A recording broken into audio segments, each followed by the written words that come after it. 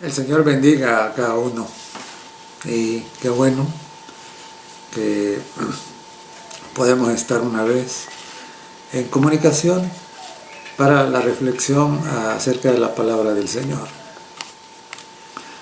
Igual que siempre vamos a iniciar con una súplica al Creador para que nos conceda gracia y nos conceda sabiduría. Oramos. Oh bondadoso Padre que estás en el cielo, agradecemos porque ciertamente eres bondadoso, eres genial al hacer la creación tan maravillosa y nos has brindado tu palabra para que ilumine nuestro camino y podamos vivir de la mejor manera para dar gloria a tu nombre y para ser bendición para nuestro prójimo. Por favor, que tu Espíritu nos acompañe hoy en la reflexión. En el nombre de Jesús lo rogamos. Amén. Hoy estaremos reflexionando acerca de un tema que se pone de moda cada vez que hay una elección de un líder mundial, como acaba de ocurrir recientemente. ¿Cuál es este tema? Es el tema de la unidad. Ciertamente la unidad es un concepto muy importante. Desafortunadamente, no todos las personas que proclaman la unidad se refieren a lo mismo.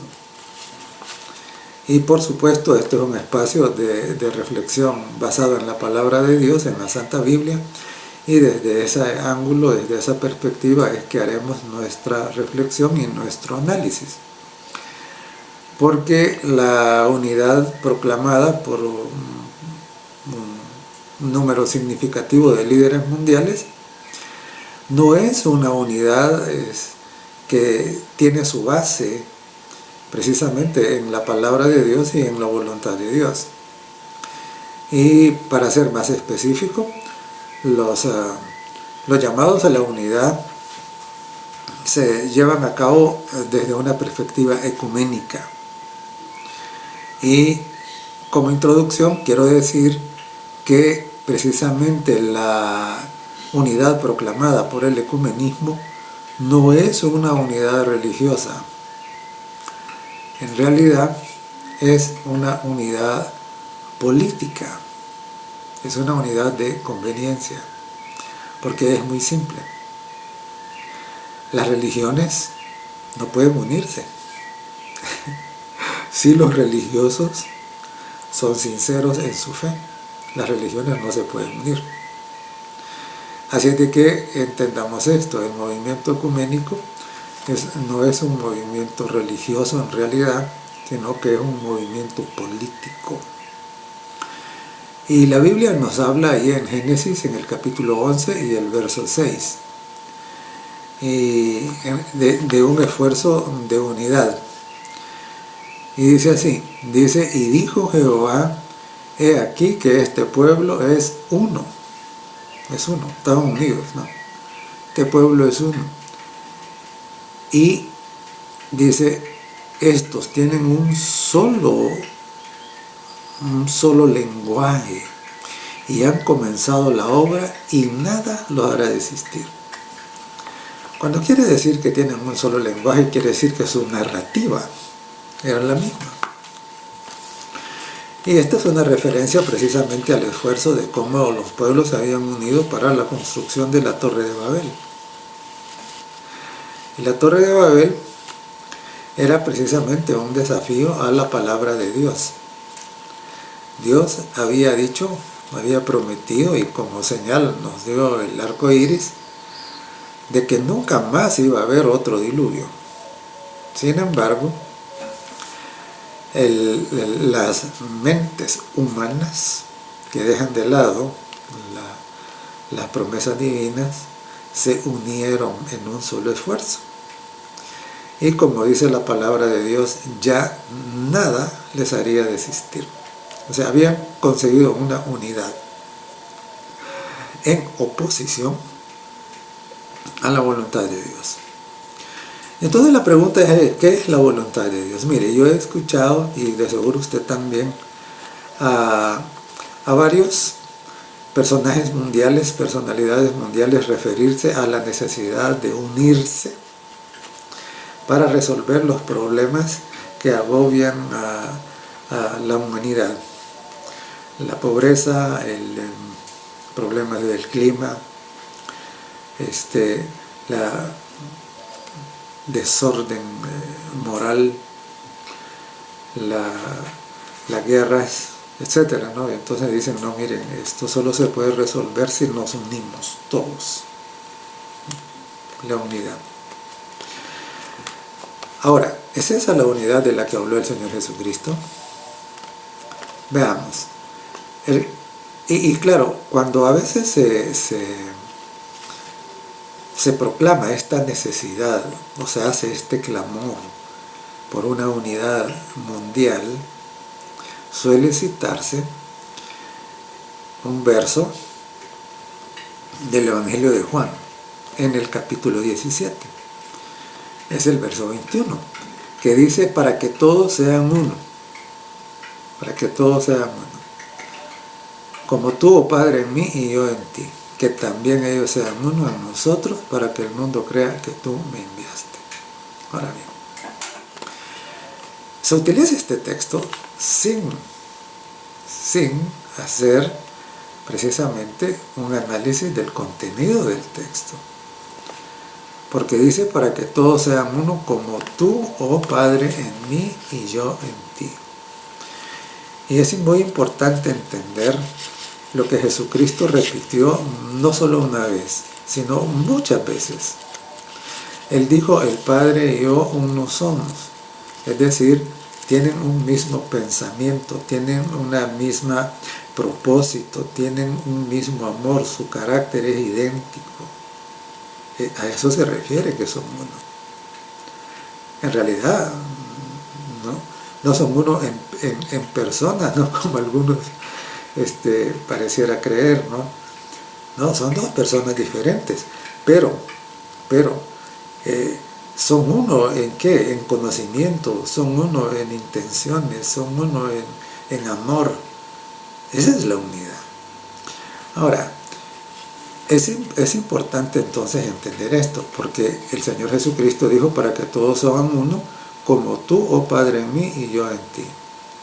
Entre el Señor Jesucristo, el Hijo, y el Padre Celestial, no había absolutamente ningún desacuerdo. Ninguno. Cero.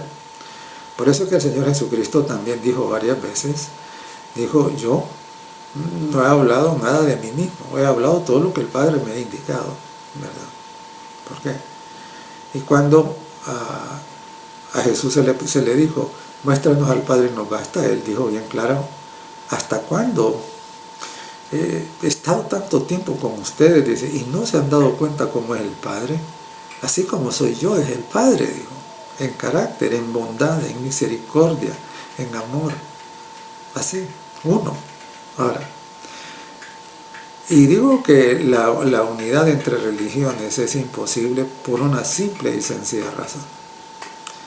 Porque esa es una unidad superficial, artificial, política. Porque nunca un budista va a creer exactamente lo mismo que cree un cristiano, o que cree un hinduista, o que cree un chamán, o un adorador de la naturaleza personificada en Gaia.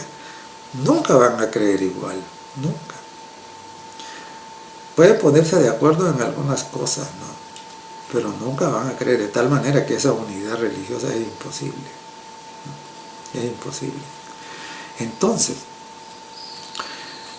ahora, en la siguiente parte del verso dice, como tú, oh Padre, en mí y yo en ti. Y dice que también ellos sean uno con nosotros.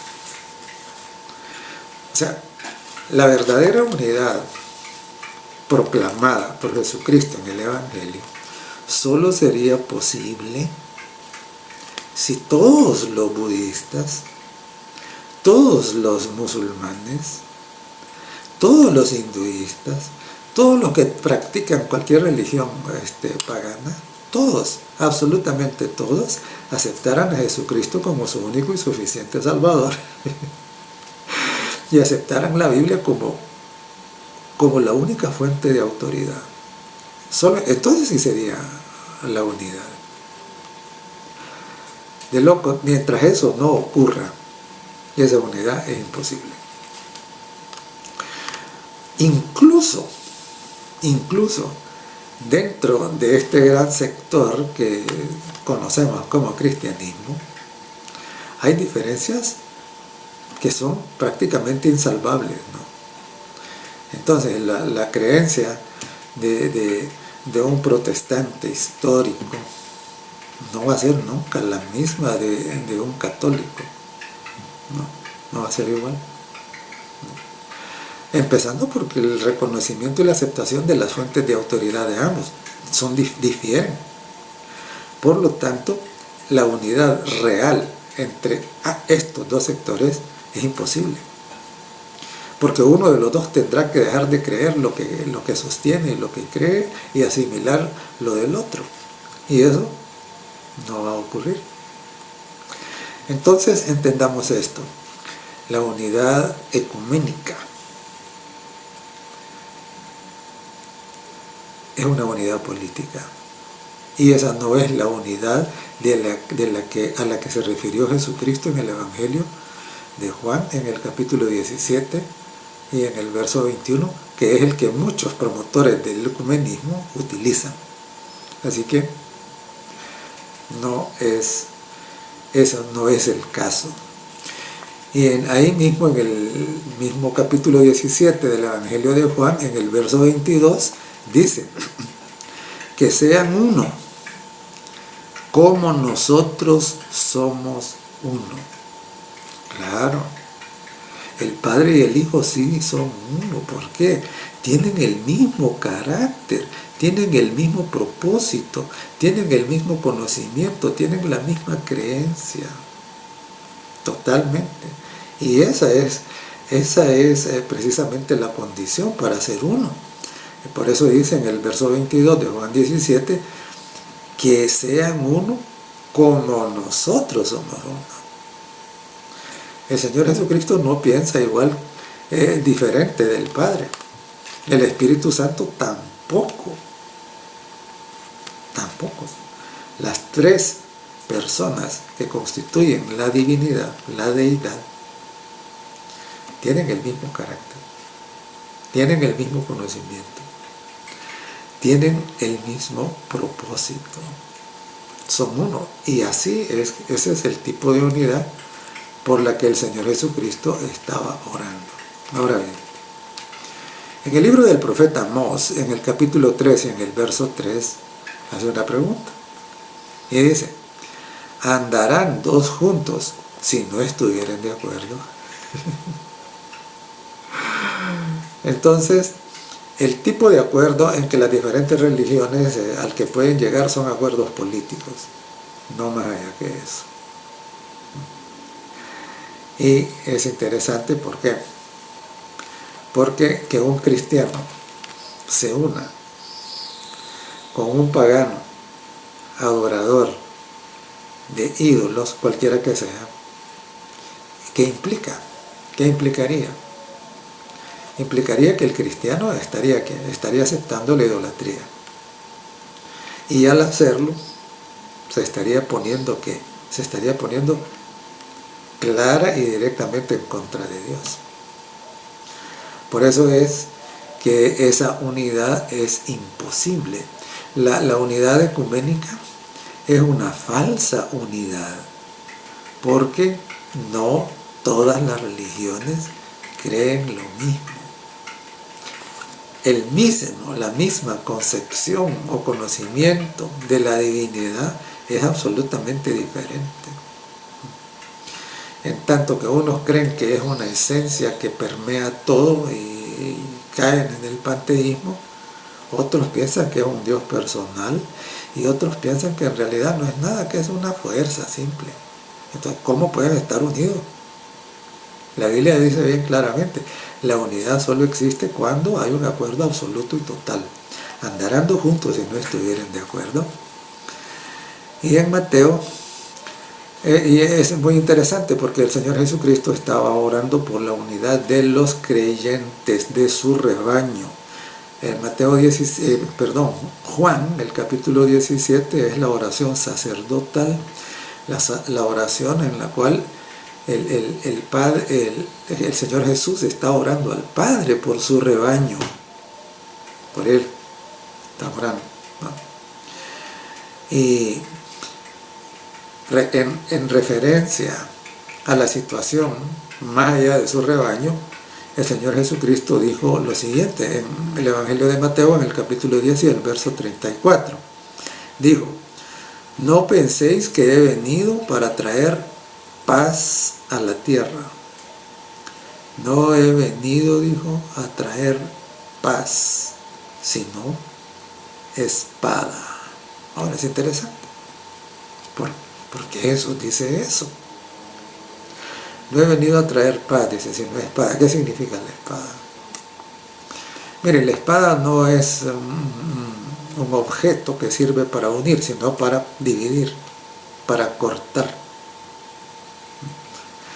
Entonces, claro, ¿por qué vino a poner espada? Porque vino para separar sus ovejas de los cabritos, para separar los santos de los no santos, para separar el sector de los obedientes de los rebeldes, para separar de aquellos que le han aceptado como rey, como señor, como gobernador del universo, como máxima autoridad, de aquellos que no lo han hecho. Por eso digo, no he venido a traer paz, sino espada. Porque precisamente los que permanecen del lado de la rebeldía simple y sencillamente arremeterían en contra de los que permanecen en el lado de la obediencia y de la sumisión a Dios y a su palabra. Por eso a mí me encanta el Señor Jesucristo, porque Él nunca obró como un político. Él nunca utilizó la demagogia. Y Él fue muy transparente, muy honesto. Y él dijo bien claro, ¿no? Dijo así, bienaventurados sois cuando por mi causa os vituperen y os persigan. Si con el árbol verde, dijo refiriéndose a Él, hicieron esto, ¿qué no van a hacer con el árbol seco, que somos nosotros? Entonces Él le fue bien claro. Y Él dijo que simple y sencillamente estar de parte de Dios es irreconciliable con estar en contra de Dios. Y es por eso que esta unidad proclamada mundial entre diferentes religiones y sectores no religiosos, que últimamente también se están agregando a este movimiento de unidad mundial, simple y sencillamente no puede ser una unidad legítima, verdadera. Es una unidad del tipo de los que se habían puesto de acuerdo para construir la Torre de Babel. De hecho, en 2 Corintios, capítulo 6, los versos 14 al 16, dice lo siguiente. Dice así: no os unáis en yugo desigual con los incrédulos. Ojo, los incrédulos. ¿Los incrédulos en qué? Los incrédulos en la palabra de Dios, los incrédulos en la Biblia, los incrédulos en la divinidad de Jesucristo, los incrédulos en la existencia de un Dios que creó todo, solo por su palabra, en 6 días de 24 horas. Esos son los incrédulos. Entonces, es muy claro, ¿no? Él dice, no os unáis en yugo desigual con los incrédulos. Esto es lo que el Espíritu Santo está diciendo a través del apóstol Pablo, ¿no? Y luego agrega, porque ¿qué compañerismo tiene la justicia con la injusticia? ¿Y qué comunión, dice, la luz con las tinieblas? ¿Y qué concordia Cristo con Belial? ¿O qué parte el creyente con el incrédulo? Y ahora vea cómo termina. Y dice, ¿y qué acuerdo hay entre el templo de Dios y los ídolos? Entonces, recuérdelo bien. Meterse o aceptar la narrativa ecuménica es ponerse de parte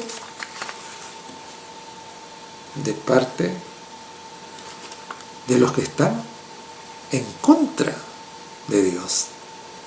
Y aquí lo llama ¿cómo? Lo llama injusticia, lo llama tiniebla, lo llama incrédulo, lo llama Belial y los llama como idólatras. Entonces, ¿cómo?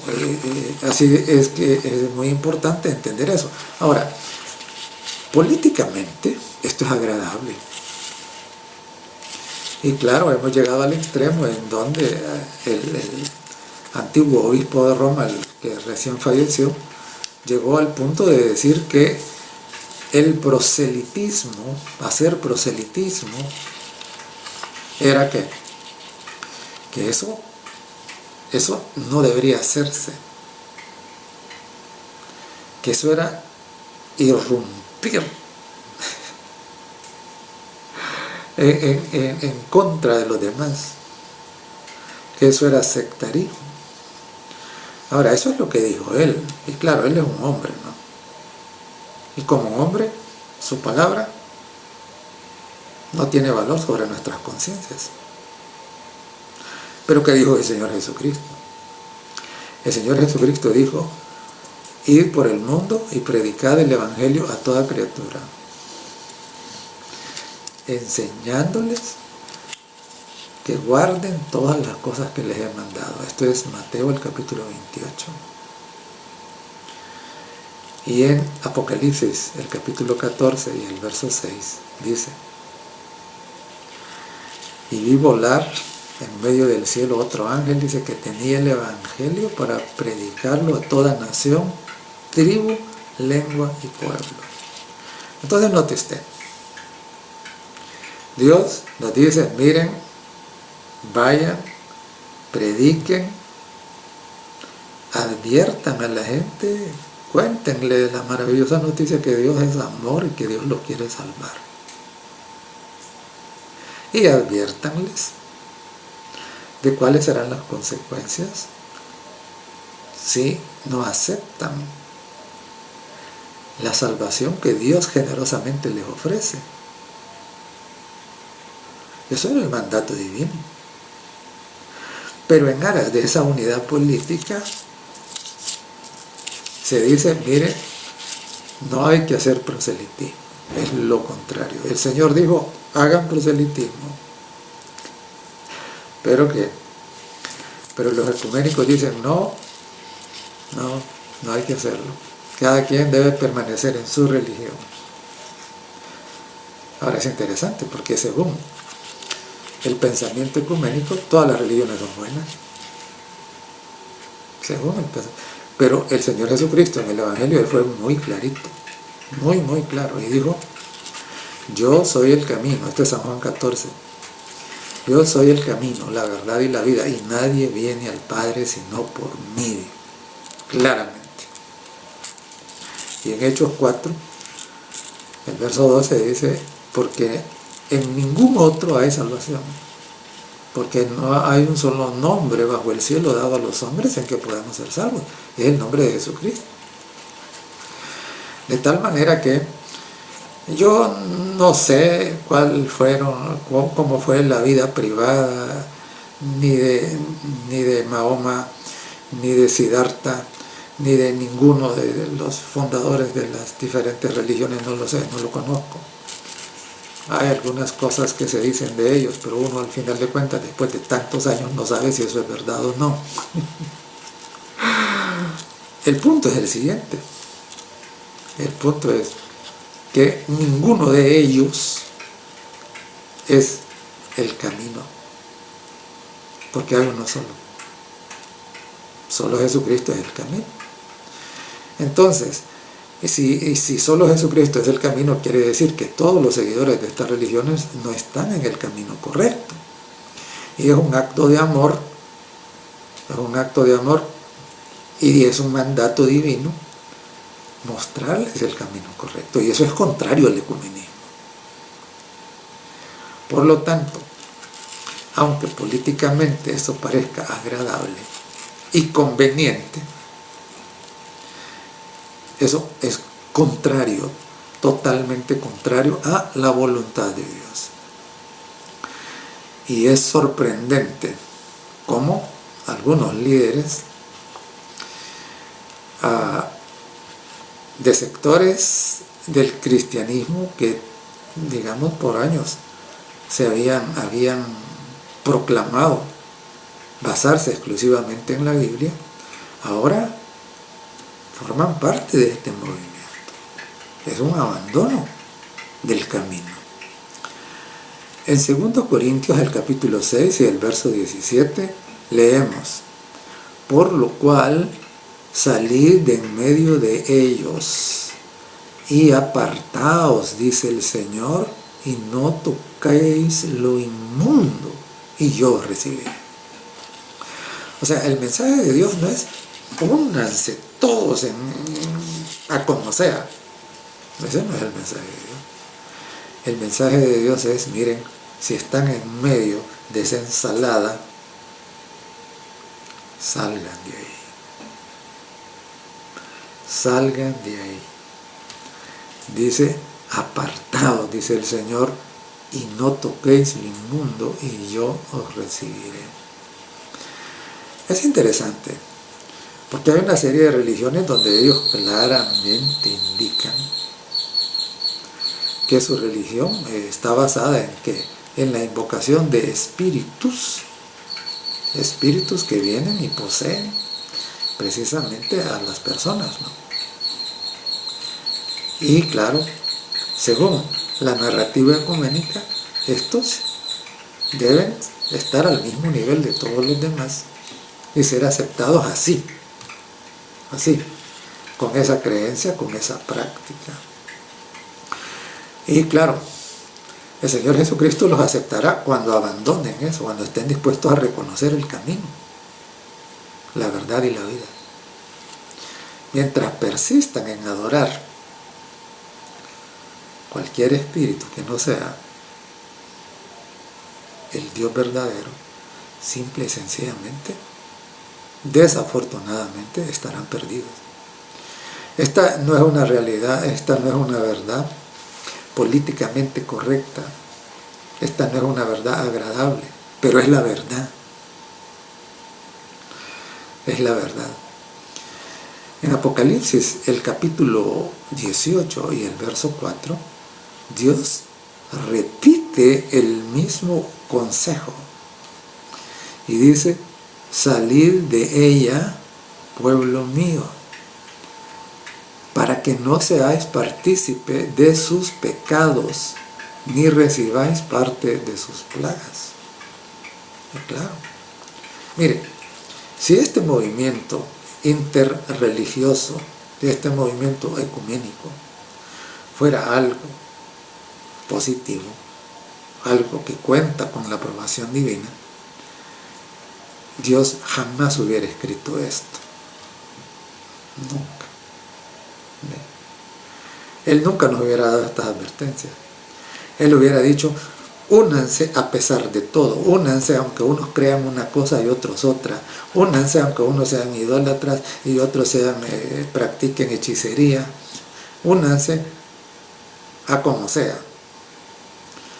Y claro, en ese sentido, la unidad se ha se ha vuelto prácticamente en un concepto idolátrico,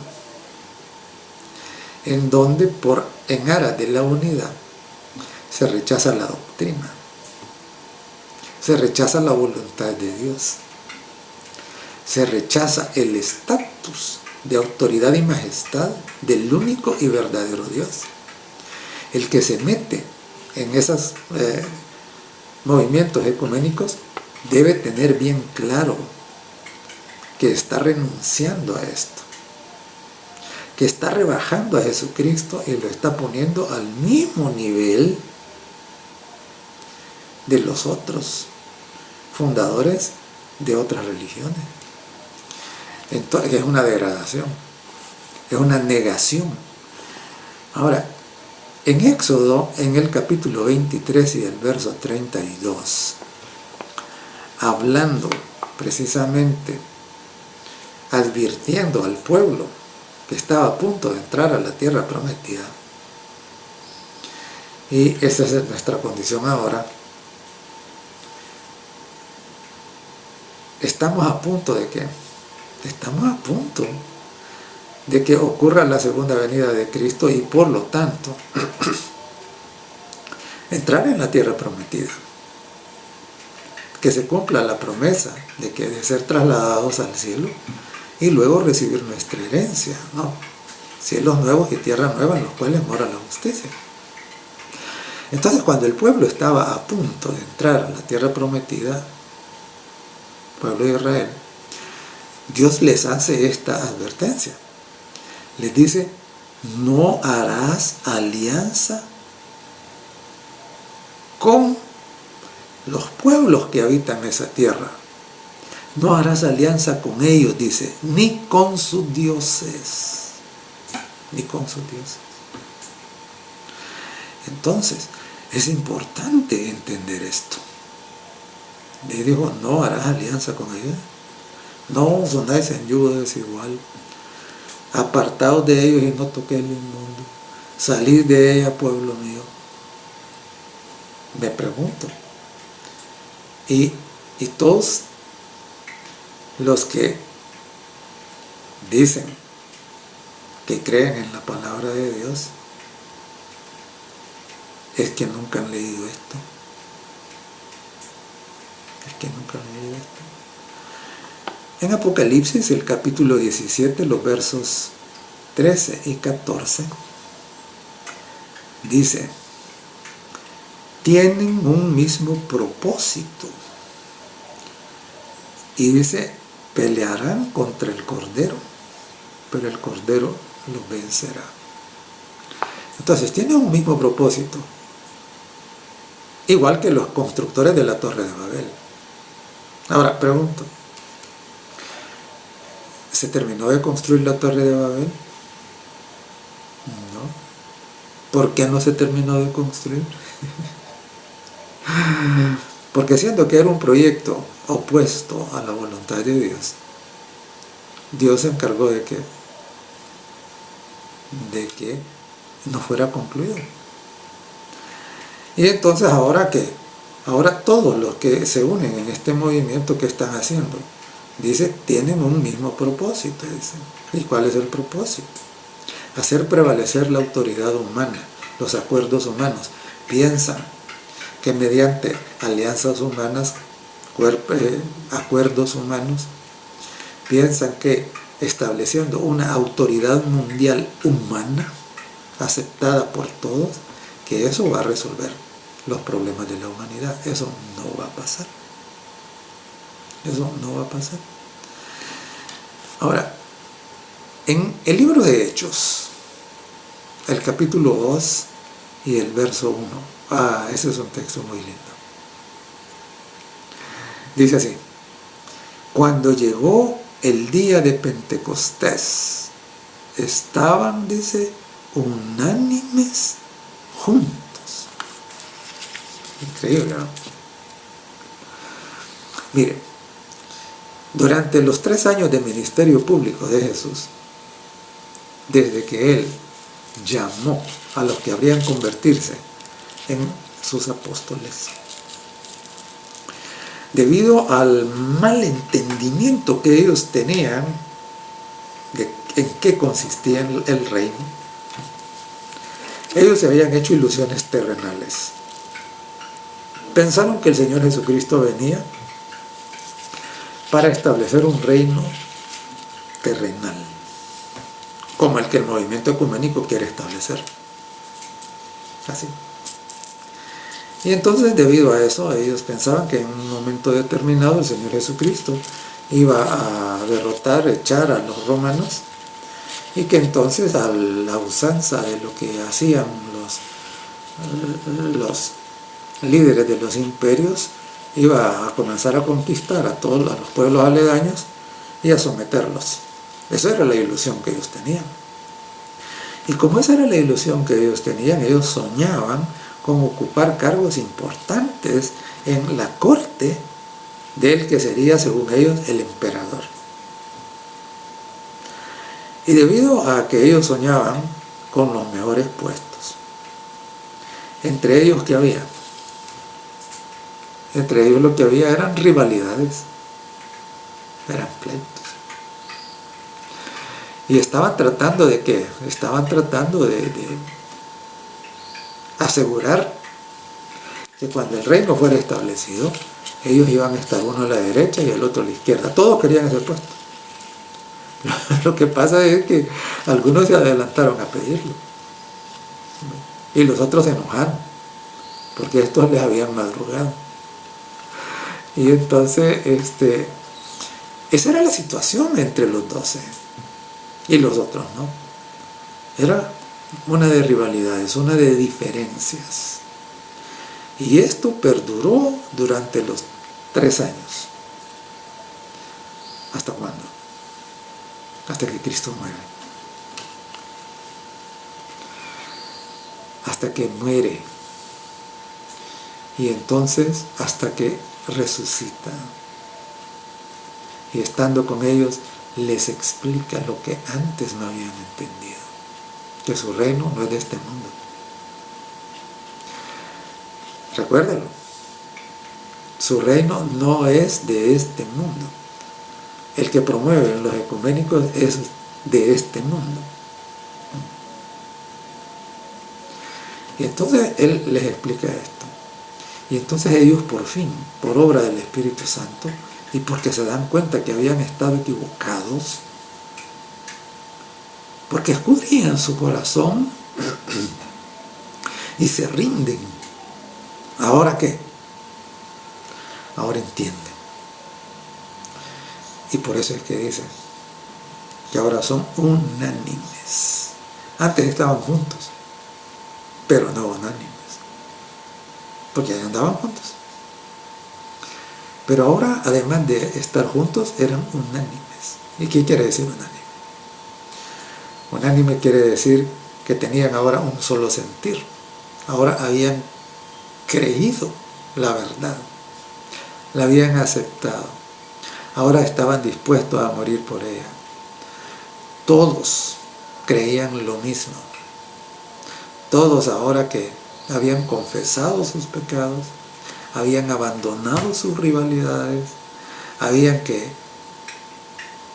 todos habían aprendido la lección de la humildad, y ahora todos buscaban el propósito establecido por Dios: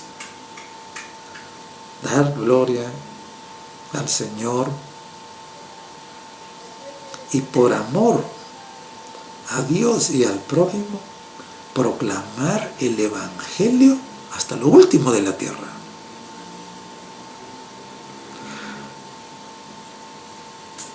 Metas extrañas para el ecumenismo. Entonces ahora estos estaban como unánimes, juntos. Y esa es la condición para que el Espíritu Santo viniese en el Pentecostés. Claro, cuando estaban unánimes juntos. Esa es la verdadera unidad por la que Jesús oraba en el capítulo 17 de Juan, que todos sean uno. Unos en la fe, unos en el servicio al Señor, unos en el amor a Dios Esa, unánime. Esa es la unidad verdadera, la unidad correcta. Y claro, cuando somos uno, cuando todos estamos unánimes, entonces, ¿qué va a haber? ¿Unánimes en qué? Unánimes en amar a Dios con todo el corazón, con toda el alma, con todas las fuerzas, como dice Deuteronomio el capítulo 6 y el verso 5. Unánimes en eso. Al Dios verdadero, al que creó el cielo, la tierra, el mar y las fuentes de las aguas. En 6 días, al que descansó el séptimo día y al que estableció los 10 mandamientos. Amarlo sobre todas las cosas. Unánimes en eso. Pero también unánimes en el reconocimiento de Jesucristo como el único y suficiente Salvador, como el único abogado y sacerdote. ¿Cómo puede haber esta unidad cuando cada religión distinta tiene su avatar, tiene su Mesías aparte? Es imposible. Imposible. Unánimes en reconocer el señorío de Jesucristo, en el ejemplo de Jesucristo, en reconocer que es el único abogado, es el único sumo sacerdote, que no hay nadie más, ningún otro. Unánimes en qué, en tener el propósito de hacer todo para la gloria de Dios, como está escrito. Si pues coméis, si bebéis, si hacéis otra cosa, hacedlo todo para la gloria de Dios. Del Dios verdadero. Del Dios verdadero. Entonces, unánimes en eso. Y dice, igual, unánimes en la aceptación de la Biblia, como que, de la Biblia como única regla de fe y práctica. Entonces, ¿cómo va a haber unidad entre una gente que su libro sagrado es el Bhagavad Gita o es el Corán, y otro que es la Biblia, y otro que es la Biblia y el catecismo y la tradición, y otro que es el Talmud? ¿Cómo va a haber unidad? No sé, pues no, es imposible. Entonces, no, unánimes en la aceptación de la Biblia como la única fuente de autoridad indiscutible, como la palabra revelada de Dios para nosotros. Unánimes en entender que la gracia de Dios es absolutamente necesaria para ser obedientes a sus santos mandamientos. Entonces, claro, ¿cómo puede haber unidad real entre alguien que piensa que su salvación depende de hacer cosas buenas, cuando la Biblia dice bien claramente: por gracia sois salvos por medio de la fe, y esto no de vosotros, no por obras, dice, para que nadie se gloríe? Pues es don de Dios. Entonces, si uno cree que se puede salvar por lo que hace, y el otro acepta lo que Dios ha dicho, ¿puede haber unidad entre ellos? No, no hay unidad. Entonces es mentira. La unidad ecuménica es mentira. Entienda esto. ¿Y qué dice la Biblia? La Biblia dice que en el capítulo 8 de Juan, del Evangelio de Juan, dice que Satanás es padre de mentira. Entonces, ¿quién es el que promueve la unidad? ¿Qué espíritu es? El espíritu de la unidad ecuménica. Claramente no es el Espíritu de Dios. No es el Espíritu de Dios. Entonces, solamente cuando amemos a Dios con todo nuestro corazón, cuando aceptemos al Señor Jesucristo como el único y suficiente Salvador, como el único abogado y sumo sacerdote, solamente cuando tengamos el propósito de que nuestra vida sea para la gloria de Dios, solamente cuando reconozcamos la Biblia como única fuente de autoridad en estos asuntos espirituales, solamente entonces podemos estar unánimes. Y esa era la situación de aquellos que estaban reunidos en ocasión del Pentecostés. Habían llegado a aceptar estas cosas y estaban dispuestos a morir por ellas. Esa es la verdadera unidad, por la cual el Señor nos invita. Entonces, ¿cuál es el camino a la unidad? Jesucristo dijo: yo soy el camino a la unidad. Si usted acepta a Cristo como su único y suficiente Salvador, que es la invitación que le hago esta mañana, en esta ocasión, si usted acepta la palabra de Dios como única fuente de autoridad, la Santa Biblia, si usted acepta la necesidad de la gracia divina para vivir una vida recta, una vida honesta, una vida santa, una vida obediente, entonces usted y yo estamos unidos, porque Cristo es el vínculo de la unión.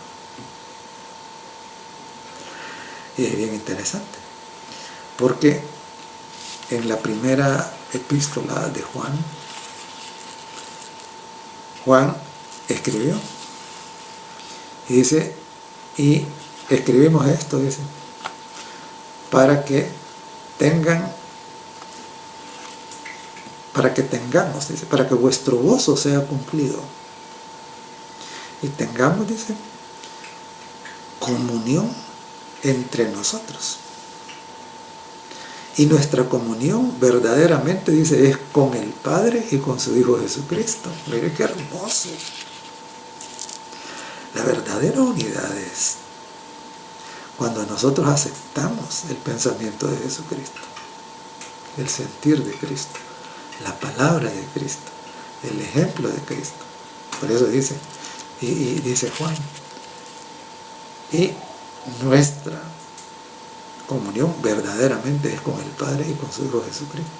Entonces, claro, si usted tiene unión con el Padre y con su Hijo Jesucristo, porque ha respondido a la obra maravillosa del Espíritu Santo, entonces obviamente usted va a tener comunión conmigo y con todos aquellos que también han hecho eso. Esa es la verdadera unidad. Y por eso es que es necesario que el evangelismo, por eso debemos predicar, para que todos conozcan lo maravilloso que es Dios y todos decidan entrar en esa unidad con Él. Y al entrar en esa unidad con Él, entonces todos los que han entrado en esa unidad con Dios por medio de Jesucristo, respondiendo a la obra del Espíritu Santo, estaremos unidos. Esa es la verdadera unidad. Y con legitimidad podemos decirnos hermanos preciosos. Pero, claro, cierro con esta anécdota, ¿no? Una vez estaba viajando en el bus y se sentó a la par de mí un religioso, un misionero religioso, y comenzó a decirme hermano. Y entonces, como yo sabía algunas de esas cosas extrañas que ese grupo religioso cree, yo le dije: mire, le dije, dígame primero si usted cree esto. Si usted cree esto, entonces no somos hermanos, le dije. Y claro, él evadió todo para no aceptar que creía en esa cosa que es contraria a lo que la Biblia dice. Y entonces, al final, pues, simple y sencillamente, para mí era inaceptable. ¿Por qué? Porque no es cierto que estamos unidos con los que no reconocen a este Dios maravilloso y que han tomado otros caminos que no llevan a la vida eterna. Y lo digo con tristeza, ¿no? Lo digo con tristeza. Y precisamente por eso es que hacemos esto de esfuerzo, para que todo el mundo entienda que hay un solo camino, que se llama Jesucristo. Y si usted no ha entrado en este camino, no ha entrado en esa unidad con Cristo, con el Padre, y por lo tanto con toda la hermandad de verdaderos cristianos, lo invito a que lo haga antes de que sea demasiado tarde. Y la pregunta es, ¿y cuándo es demasiado tarde? Bueno, es demasiado tarde cuando nosotros dejamos de respirar. Es demasiado tarde cuando Cristo aparezca por segunda vez en las nubes del cielo para trasladar a todos aquellos que decidieron unirse con Él. Entonces es demasiado tarde. ¿Y cómo? No se sabe cuándo vamos a dejar de respirar. Tampoco se sabe cuándo Jesucristo aparecerá en las nubes del cielo para llevar a los suyos. Por eso es importante hacerlo hoy. Ahora. Es importante. Entonces, si no lo ha hecho, hágalo. Si ya lo hizo, entonces fortalézcalo. Y que nuestra condición sea como la de los discípulos de Jesús en el día del Pentecostés. Que todos estemos unánimes juntos. Que ni por nada del mundo se nos ocurra aceptar la mentira de la unidad falsa del ecumenismo. Que Dios nos guarde. Bendito Padre que estás en el cielo, gracias porque tu palabra es muy clara, muy hermosa, muy útil. Oramos, Señor, porque queremos verdaderamente ser uno con nuestros hermanos y ser uno contigo. Ayúdanos, Señor amado, para compartir las verdades salvadoras con todos, en obediencia a tu mandato. En el nombre de Jesús lo pedimos.